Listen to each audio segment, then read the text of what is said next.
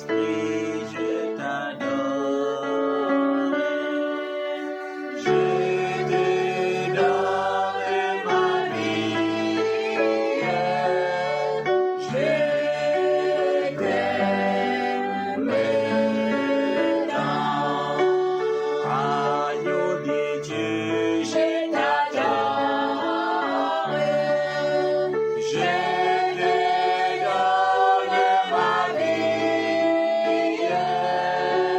Je t'aime tant. Agneau de Dieu, je t'adore. Je te donne ma vie. Je t'aime tant. Saint-Esprit, je t'adore. Je te donne ma vie. Je t'aime. Je t'aime. Je t'aime.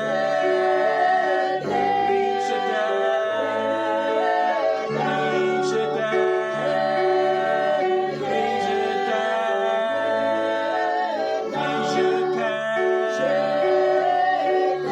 Je Seigneur, nous devons t'aimer parce que tu nous as aimés le premier. Seigneur, je me dois de t'aimer. Tu m'as aimé le premier. Je te dois de l'amour, Seigneur. Et tu as dit la seule chose que je dois devoir aux autres, c'est de les aimer. C'est de les aimer, oh Dieu. Je t'aime, oh Dieu, de tout mon cœur. Je t'aime de toute mon âme. Je t'aime de toutes mes forces. Je t'aime de toute ma pensée. Oh, sois le soutien de cet amour, Seigneur. Au nom puissant de Jésus-Christ de Nazareth. Alléluia. Amen. Alléluia. Amen. Alléluia. Amen. Alléluia. Amen. Alléluia. Amen. Alléluia. Amen. Alléluia.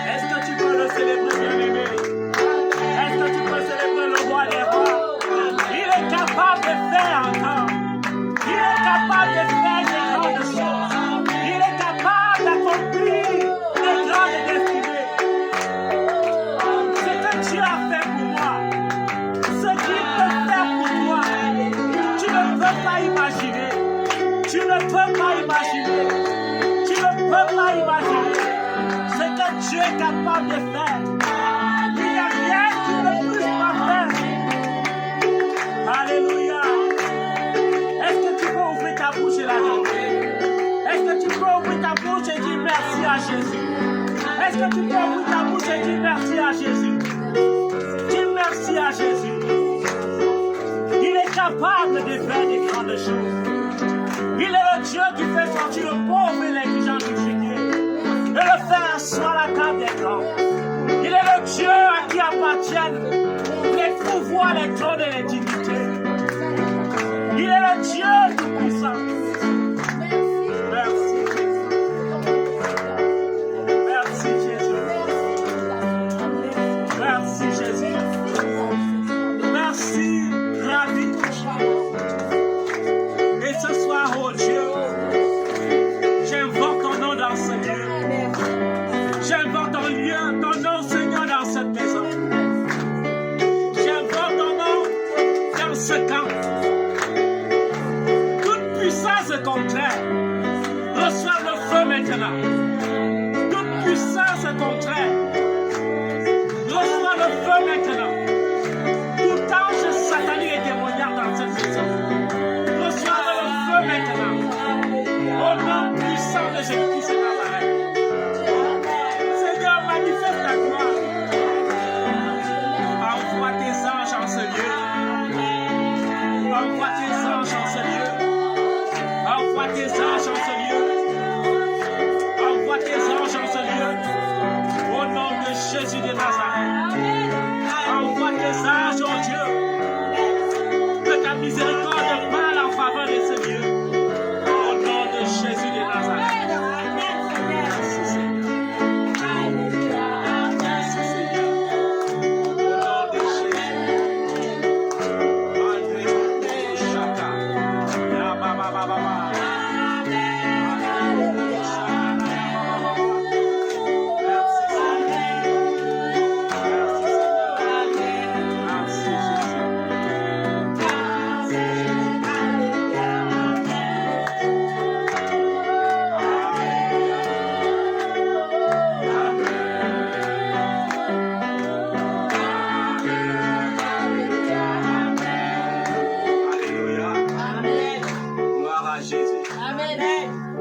Celui qui doute de ce Jésus ne sait pas où il va. Celui qui doute du sacrifice de Jésus, il y a perdu. Alléluia. Amen. Il n'y a rien que le Seigneur ne puisse pas faire. Non seulement il t'a pardonné, mais il veut te revêtir d'une robe d'allégresse. Non seulement il t'a pardonné, mais il veut t'honorer. Non seulement il s'est sacrifié pour toi, mais il veut te guérir de toutes tes maladies. Amen. Il veut te délivrer de toutes tes infirmités. Amen. Vous savez, quand on parle de maladies, les gens pensent qu'on parle seulement de maladies physiques. La pauvreté est une gangrène spirituelle. La limitation est une maladie terrible. Est-ce que tu comprends ça, bien-aimé? Et je rends grâce à Dieu pour ce culte d'action des grâces, comme je le disais tantôt. Dans le ministère de Jésus, il enseignait dans le temple. Mais il y avait les jours que son pupitre était une pirogue. Il allait entrer dans la pirogue, on allait l'éloigner de la plage, les gens allaient s'asseoir à la plage, il allait prêcher. Il y a les jours que son pupitre était un morceau de caillou où il allait monter, s'asseoir et prêcher aux gens assis dans les airs. Amen. Amen. Donc tout lieu où tu habites doit être un lieu de culte. Amen. Tout lieu, il dit, vous serez bénis dans les villes et vous serez bénis dans les campagnes. Amen. Amen. Amen. Et à l'occasion de ce culte d'action des grâces, j'aimerais encore que nous parlons de la foi. Amen. Amen. Comment est-ce que l'apôtre Paul décrit la foi dans le livre Hébreux chapitre 11? Il dit, la foi est la ferme assurance des choses qu'on espère, une démonstration de celles qu'on ne voit pas. Et il dit bien, pour l'avoir possédé, les anciens ont obtenu un témoignage favorable. Amen. Lorsque tu possèdes la foi, tu obtiens un témoignage comment? Favorable. Je vais vous dire une chose. La foi n'a pas besoin d'être beaucoup. Amen. Amen. La foi a juste besoin d'exister. Amen. Quand la foi existe, Jésus dit, si votre foi est comme une graine de sénévré, qui a vu une graine de sénévré? Je suis sûr que plusieurs d'entre vous n'ont jamais vu une graine de sénévré. Mais pour que la graine de sénévré, c'est comme une graine de jujube cassée en 4. Est-ce que tu comprends ça? Amen. C'est encore plus petite qu'une graine de sésame. Mais on te dit que si ta foi est comme une graine de sénévré, tu peux ordonner à la montagne, là, jette-toi à la mer, et la chose s'accomplit. Amen.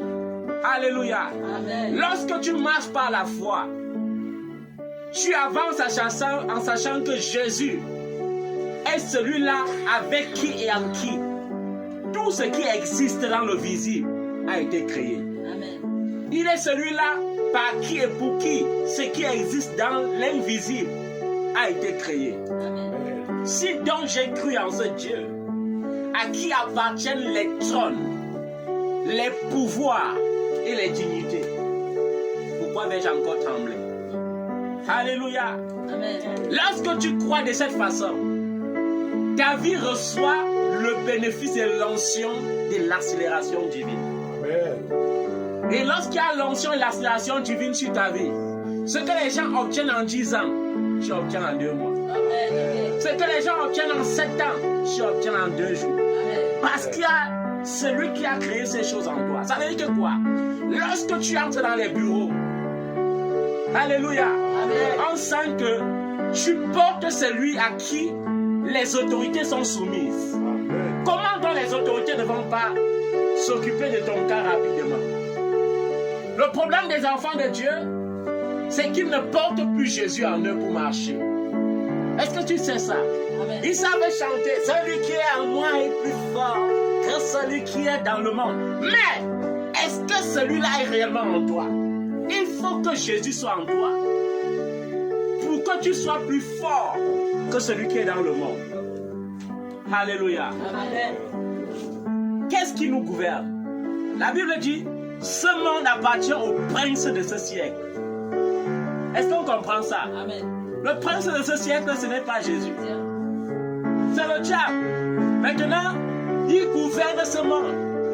Et pour que tu jouisses des privilèges de Dieu dans ce monde, il faut que tu possèdes la foi. Amen. Amen. Il faut que tu aies Jésus en toi. Il faut que tu aies quoi? Jésus en toi.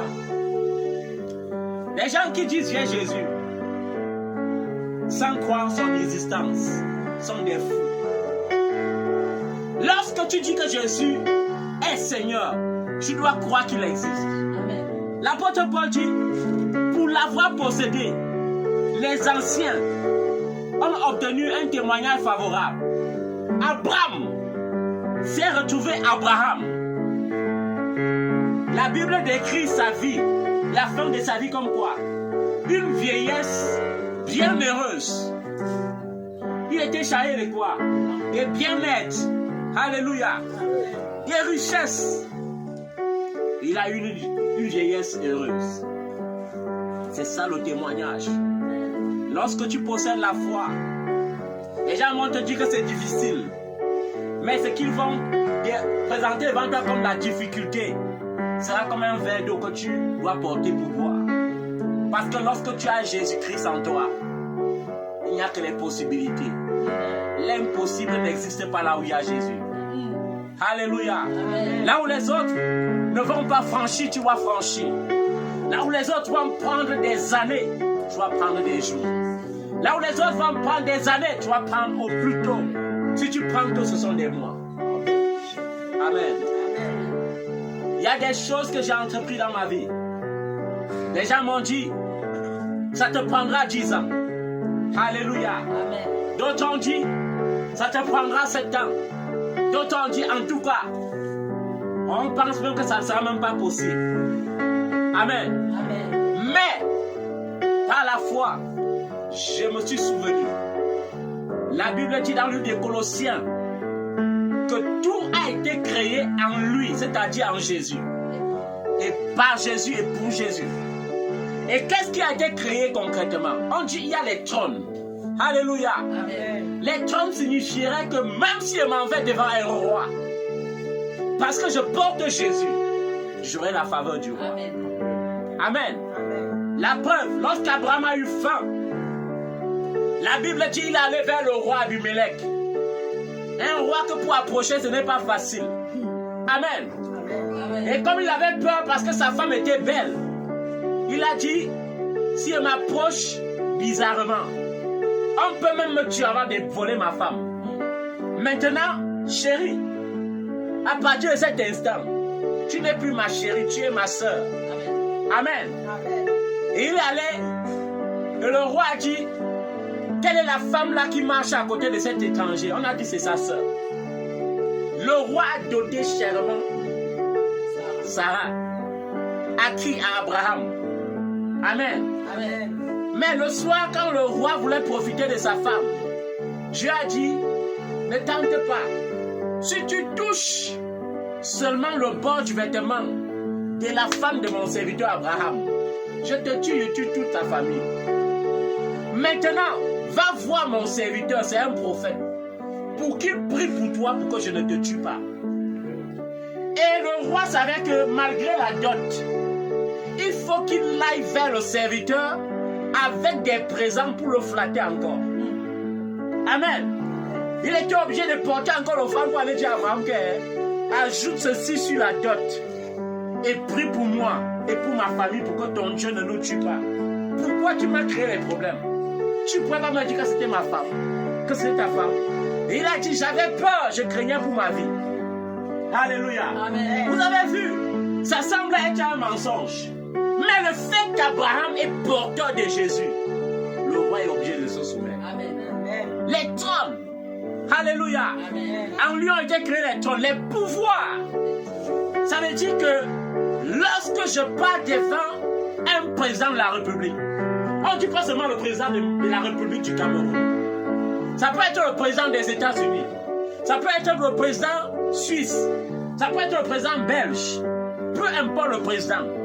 Lorsque tu pars avec Jésus, on est obligé de te recevoir comme un émissaire. Pourquoi? Parce que tu portes en toi le roi des rois. Amen. Amen. Le roi des rois qui est le président de tous les présidents. Le roi des rois, Jésus, qui a le pouvoir de vie ou de mort sur chaque roi de la terre. Amen. En lui ont été créées encore quoi? Les dignités. Les dignités de ce monde sont les qui? Les sénateurs, les députés, les ambassadeurs, les directeurs généraux. Ce sont eux les dignités. Bien-aimé, si tu portes en toi Jésus, les dignités te seront soumises. Alléluia. Est-ce que tu comprends ça? Amen. Lorsque tu portes en toi Jésus, les dignités se soumettent à toi. Lorsque tu portes en toi le roi des rois, les rois se soumettent à toi. Pas parce que tu es plus grand, pas parce que tu es plus élevé, mais parce que celui qui est en toi est plus grand que ce qui est dans le monde. Amen. L'investisseur du roi est plus puissant que le roi lui-même. Alléluia. La foi, c'est la ferme assurance des choses qu'on espère. Je ne sais pas en quoi tu espères, bien-aimé. Mais en tout cas, moi, j'espère en la grandeur. En tout cas, moi, j'espère que ma vie de communion avec Jésus soit une vie encore, toujours encore plus prospère. Alléluia. En tout cas, moi, j'espère que je vais demeurer dans la présence de mon Dieu tous les jours de ma vie. Ça là, j'espère en ça. Parce que c'est dans la présence de Dieu qu'il y a tout ce que les gens cherchent. Amen. Toi, tu te bats chaque jour parce que tu cherches de l'argent. Mais la Bible te dit dans le livre de Agé, chapitre 2, ainsi parle l'Éternel. À moi l'or, à moi l'argent, à moi les animaux des champs. Amen. Ça veut dire que quoi? Si j'ai Jésus, c'est suffisant. Je dois travailler, mais il doit bénir mon travail. C'est ça la différence. Il y a des gens qui travaillent comme l'éléphant pour avoir le salaire de la fourmi. Alléluia. Mais il y a qui travaillent peu, mais ils sont toujours prospères. Pourquoi? Parce qu'il y a la bénédiction, parce qu'il y a le doigt de Dieu dedans. Amen. En tout cas, mon frère, il faut espérer. Il faut faire comment? Espérer. La Bible ne te demande pas de désespérer. La Bible te demande d'espérer et de croire fermement en ce en quoi tu espères. Amen. Dans la présence de Dieu, il y a des délices éternelles. Un grand homme, comme David a dit, c'est dans la présence de Dieu qu'il y a des délices éternelles. Amen. C'est dans la présence de Dieu qu'il y a la joie. C'est dans la présence de Dieu qu'il y a la paix. C'est dans la présence de Dieu qu'il y a la vie. C'est pourquoi Jésus, dans son ministère, te dit, cherche premièrement le royaume des cieux et sa justice. Pourquoi les gens ne sont pas bénis? Parce qu'ils n'ont pas la crainte de Dieu. Parce qu'ils n'ont pas quoi? Je vais te dire quelque chose. Lorsque Dieu veut te rendre riche, si c'est vraiment Dieu qui veut te rendre riche, il te forme d'abord à son école. Amen. Et l'école de Dieu, c'est le désert. Est-ce que tu comprends ça? L'école de Dieu, c'est quoi? Le désert. Est-ce que dans le désert, il y a le lait? Est-ce que dans le désert, il y a l'eau? Dans le désert, il y a la souffrance. Dans le désert, la souffrance ne suffit même pas. Il y a l'endurance. Dans le désert, il y a le rejet. Dans le désert, il y a les humiliations. Amen. Dans le désert, il y a les serpents en sonnette. Dans le désert, il y a Judas. Alléluia. Est-ce que tu comprends ça? Je te forme dans le désert avant de t'équiper. Toute bénédiction que tu reçois sans formation est une bénédiction qui va t'éteindre. C'est une bénédiction qui va te détruire. Je vais te dire une chose. Quand j'ai regardé la Bible, je regarde la vie de tous ces hommes que Dieu a bénis et honorés. Tous ces hommes avec qui Dieu pouvait se vanter. J'ai vu que leur vie n'était pas une vie facile. J'ai regardé Shadrach, Meshach et Abednego. J'ai compris qu'il fallait qu'ils acceptent la fournaise ardente. Amen. C'était pas facile pour un humain d'accepter qu'on le jette dans le feu. Mais ils ont dit, nous on se prosterne pas devant Nebuchadnezzar. Nous on peut faire qu'on nous jette dans le feu. Pourquoi? Parce que par la foi, ils savaient que Dieu est un feu dévorant. Et le feu qui vient de Dieu est plus fort que le feu que les hommes peuvent allumer. Amen. Alléluia. Amen. Est-ce que tu comprends ça? Amen. J'ai regardé la vie de Daniel. J'ai vu qu'il était élevé. Mais il était au milieu des loups. Il était au milieu des gens prêts à le dévorer. Il était prêt à passer même dans la fosse aux lions. Alléluia. Amen. Et les lions ne pouvaient pas le dévorer parce que par la foi, il était porteur du lion de la tribu de Juda. Amen. Est-ce que tu comprends ça? Amen. J'ai regardé la vie de David. J'ai vu qu'il a fallu qu'il terrasse le grand Goliath. Et même après avoir terrassé le grand Goliath, il a fallu qu'il dorme dans les cavernes. Il a fallu qu'il dorme dans le désert. Il a fallu qu'il dorme au milieu de ses ennemis pour être élevé roi d'Israël. Amen. C'était une école, mon frère. C'était pas une école facile. Mais il possédait la foi. Et lorsque tu possèdes la foi, Dieu te conduit au sommet. Amen. Est-ce que tu comprends ça, bien-aimé? Amen. Le problème des enfants de Dieu, c'est qu'ils veulent le raccourci. Ils veulent les bouteilles d'huile qu'on va mettre sur leur tête. Boum, ça va créer le miracle. Ils vont directement avoir l'argent. Non, non, Dieu n'est pas un magicien. Dieu est même contre la magie. Est-ce que tu comprends ça? Dieu est contre la nécromancie. Aujourd'hui, l'église est devenue un centre de nécromancie. Un centre où la prophétie, c'est tu as porté un sous-vêtement bleu. Ce n'est pas ça la prophétie, bien-aimé. C'est de la nécromancie. Est-ce que tu comprends ça, bien-aimé? La prophétie, ce n'est pas toujours les bonnes nouvelles, comme les gens pensent. La prophétie n'est pas comme tu penses. En tant que prophète, j'ai eu le temps de comprendre ce que c'est que la prophétie qui vient de l'Éternel. Ça n'annonce pas seulement tu vas te marier, tu vas voyager. Non, non. Ça n'annonce pas seulement ça. Ça annonce aussi repens-toi. Amen. Ça annonce aussi arrange-toi avec l'Éternel ton Dieu. Ça annonce aussi c'est une chose terrible que tu es tombé entre les mains du Dieu vivant. C'est ça la prophétie même. Chaque prophétie doit avoir pour but de conduire les gens à la repentance. Lève-toi. Alléluia. Amen. Mets-toi debout. Alléluia. Est-ce que tu comprends ça? C'est ça la prophétie, bien-aimé. Amen. La foi. Ceux qui disent je reçois sans avoir la foi ne peuvent rien recevoir. Je reçois que les gens reçoivent dans l'église là. Ça ne sert à rien si on n'a pas la foi. Les amens forts comme le tonnerre. Comme les hommes de Dieu réclament. Donne-moi un amen fort comme le tonnerre. Même si ton amen est fort plus que le bruit des bombes atomiques, s'il n'y a pas la foi, c'est un amen perdu. C'est une énergie perdue. C'est pourquoi il y a des gens qui disent Amen! Et le soir, ils ont mal à la tête. Amen! Et le soir, ils ont des migraines. Amen! Comme le tonnerre. Et le lendemain, c'est l'accident. Amen! Et le soir, c'est la mort subite. Pourquoi? Parce que la foi n'est pas qualifiée dans ça. La foi, c'est la ferme assurance. Bien-aimé, il faut espérer, il ne faut pas désespérer.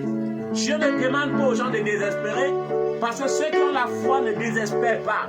Ceux qui ont la foi savent qu'il y aura toujours une solution. Ceux qui ont la foi savent que Dieu se lèvera le dernier. Alléluia. Il se lèvera dans l'assemblée le dernier. Il dira, mon fils, ma fille, je te donne raison. Amen. Je t'établis dans tes droits. Amen. Je t'établis dans ton héritage. Alléluia. Est-ce que tu comprends ça? Amen. Il faut avoir la foi pour avoir un témoignage. Sans cela, tu vas passer sur la terre comme un vide. À la fin, il n'y aura même pas le témoignage. Ou bien à la fin, on va inventer les témoignages comme on invente devant les cadavres. Vous savez, quand les morts enterrent les morts, qu'est-ce qu'ils font? Ils créent des témoignages. Celui qui était sorcier, on dit qu'il était bon. Celui qui était mauvais, on dit qu'il était le plus bon même. Ce sont des témoignages inventés. Ta vie doit être une vie qui va refléter après toi, même lorsque tu n'existeras plus. Alléluia. Amen. Quand il parle de ne plus exister, c'est que le Seigneur Jésus dit, celui qui croit en moi vivra quand même il serait mort. Alléluia. C'est que parmi nous, il y a des gens que pour aller au ciel, ils vont passer par la mort physique. Il y a d'autres que pour aller au ciel, ils seront enlevés. Alléluia. Amen. Ce n'est pas tout par la mort physique qu'on va au ciel. Il y a aussi l'enlèvement comme Enoch. Alléluia. Il y a aussi l'enlèvement comme ce que le Seigneur Jésus nous a prescrit, comme ce qu'il nous a promis. Au son de la 7e trompette, les anges de l'Éternel viendront, ils rassembleront ceux qui sont qualifiés, ils les enlèveront. Amen. Ça ne vaut pas la peine de croire en Jésus et d'espérer à la grande tribulation. Alléluia. Amen. Est-ce que tu comprends ça, bien-aimé? Amen. Le message de cette action de ce culte d'action de grâce, c'est qu'il faut posséder la foi. Eh ma fille, il faut posséder la foi. Tant que tu vis, tu as des grandes choses à réaliser. Amen. Est-ce que tu comprends ça? Amen. Tant que tu existes, tu as des grandes choses à réaliser. Ceux qui espèrent savent que, coûte que coûte, ils réaliseront. Amen. Ils n'ont pas besoin de raccourcis. Ils ont besoin de la grâce de Dieu. Ils n'ont pas besoin de raccourcis. Ils ont besoin de croire fermement, de s'accrocher à celui-là qui peut enrichir et qui peut appauvrir. Parce que notre Dieu n'est pas seulement le Dieu qui enrichit. Il est aussi le Dieu qui dit qu'il peut appauvrir. Alléluia. Amen. Il est aussi le Dieu qui a dit, je fais grâce à qui je fais grâce. Et que même si tu jeûnes et que tu n'es pas qualifié par la grâce, tu jeûnes pour rien. Ça ne changera rien. Alléluia. Amen. Pourquoi? Parce que notre Dieu voit la fin avant le commencement. Amen. Parfois, tu vois la malédiction partout. Pourquoi? Parce que Dieu voit déjà ce que tu vas produire lorsque tu auras l'argent. Il voit déjà le mépris que tu vas donner aux gens. Il voit déjà comment tu vas écraser les gens avec ta richesse. Alors il préfère t'humilier que de te bénir. Amen. C'est pourquoi tu as besoin, lorsque tu as la foi à la grandeur, de travailler ton cœur. De dire, Seigneur, déracine de mon cœur les germes qui produisent la mort. Quels sont les germes qui produisent la mort dans le cœur?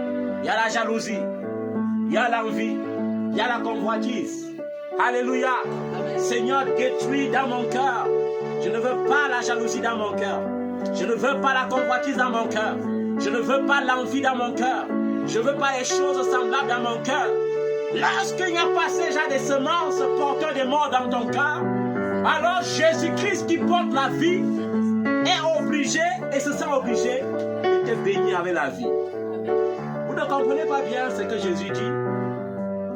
Il dit, je suis venu afin que tu aies la vie et que tu sois dans l'abondance. Alléluia. Il ne veut pas seulement te donner la vie, mais il veut que tu aies une vie abondante. Dans la vie abondante, il y a quoi? Il y a la santé. Dans la vie abondante, il y a la richesse, il y a la gloire, il y a la stabilité, Il y a la faveur de Dieu. Alléluia. Amen. Je suis venu afin que tu aies la vie et que tu sois dans l'abondance. Un culte d'action de grâce, c'est aussi une occasion de se dessoucher de la malédiction familiale. Amen. Et il dit, Seigneur, même si dans ma famille, il y avait seulement le célibat qui régnait, à partir de moi, ça s'arrête maintenant. Amen. Alléluia. Amen. Même si dans ma famille, les gens demeurent en location jusqu'à mourir, à partir de moi, on commence à construire des maisons. Amen. C'est ça aussi le rôle du culte d'action de grâce. Être dessouché, déraciné des liens familiaux. Être déraciné des liens de malédiction. Alléluia. Amen. Est-ce que vous comprenez ça? Dieu dit, je prends les choses viles de ce monde pour confondre les grandes. Je prends les choses viles. Et que Dieu prend les gens qu'on croyait qu'ils étaient les derniers dans une famille. Il les élève au-dessus des grands d'une famille. Amen. Il prend les gens qu'on regardait comme les moins que rien dans la société. Il l'élève au-dessus de toute la société. Amen. Il est le Dieu qui ne change pas. Amen. Quand il dit, c'est parce qu'il est capable de faire.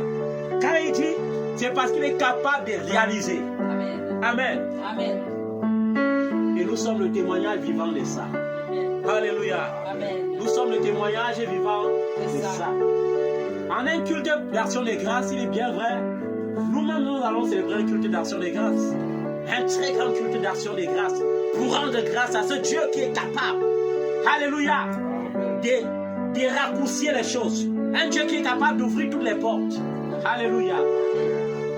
Un Dieu qui est capable d'ouvrir quoi? Toutes les portes. Et que tu entres dans un ministère. Tu n'as pas des costumes chics. Mais on te voit comme la pierre angulaire. On te reçoit. Et on traite vite. On n'a pas besoin que tu attends. Ce Dieu est capable, bien-aimé. Alléluia. Amen. Nous allons arriver avec lui. Quand tu marches avec Jésus, tu es sûr d'arriver. Amen. Un culte d'action de grâce, c'est l'occasion aussi de se séparer des maladies héréditaires. Si je suis né dans une famille de myopes, la myopie ne passe plus par moi, ça ne passe plus par mes enfants. Si je suis né dans une famille d'hypertendus, l'hypertension ne passe plus par moi, ça ne passe plus par mes enfants. Si je suis né dans une famille de diabétiques, ça ne passe plus par moi, ça ne passe plus par mes enfants. Si je suis né dans une famille de fous, ça ne passe plus par moi, ça ne passe plus par mes enfants. Vous savez, même la science reconnaît la loi héréditaire. C'est pourquoi lorsque tu arrives à l'hôpital, on dit, il y a les diabétiques dans ta famille, on dit, il y a les fous dans ta famille, il y a les déréglés mentaux dans ta famille, il y a les hypertendus, parce qu'on sait ce que l'hérédité peut faire. Amen. Alléluia. Et par ce culte d'action de grâce, je viens déclarer par le puissant nom de Jésus-Christ de Nazareth, l'alliance que tu as fait avec Jésus-Christ en croyant en son nom, et en te baptisant par sa mort et par sa résurrection, tu es séparé, totalement séparé de tous les liens familiaux au nom de Jésus. Amen. Les enfants sont séparés de cela au nom de Jésus. Amen. Toute malédiction qui se nomme célibat dans ta famille meurt au nom de Jésus. Amen. Toute malédiction qui se nomme pauvreté, limitation dans ta famille meurt au nom de Jésus. Amen. Que la grâce de Dieu se manifeste dans ta vie, dans la vie de tes frères et de tes soeurs au travers de ce culte, dans la vie de ceux-là qui vont glorifier Jésus-Christ dans ta famille. Parce qu'il y aura une différence. La Bible dit, il y aura une différence entre ceux qui le connaissent et ceux qui ne le connaissent pas. Amen. Entre ceux qui croient et ceux qui ne croient pas. Amen. Jésus n'est pas la religion. Non. Jésus n'est pas la religion. Jésus est Dieu. Alléluia. Amen. Jésus-Christ est Seigneur, il n'est pas une religion quelconque.